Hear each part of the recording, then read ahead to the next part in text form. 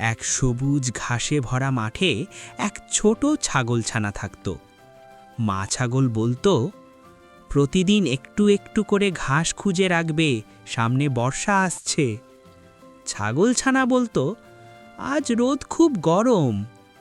পরদিন বলতো, আজ বন্ধুর সাথে খেলবো। আরেক দিন বলতো, কাল থেকে শুরু করব। ওদিকে এক ছোট পিঁপড়া চুপচাপ খাবার জমাচ্ছিল। কেউ দেখুক বা না দেখুক, সে থামেনি। হঠাৎ একদিন আকাশ কালো, ঝুম বৃষ্টি শুরু, মাঠ ভিজে কাদায় ভরে গেল। ছাগলছানা বেরোতে পারল না, পেট খালি, ঠান্ডায় কাঁপছে। পিঁপড়া তার ছোট গর্তে নিরাপদ, খাবারও আছে।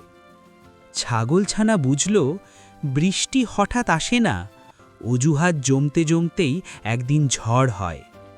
যে কাজ আজ করা যায় সেটা কাল ফেলে রাখলে কাল একদিন আপনাকেই ফেলে রাখবে।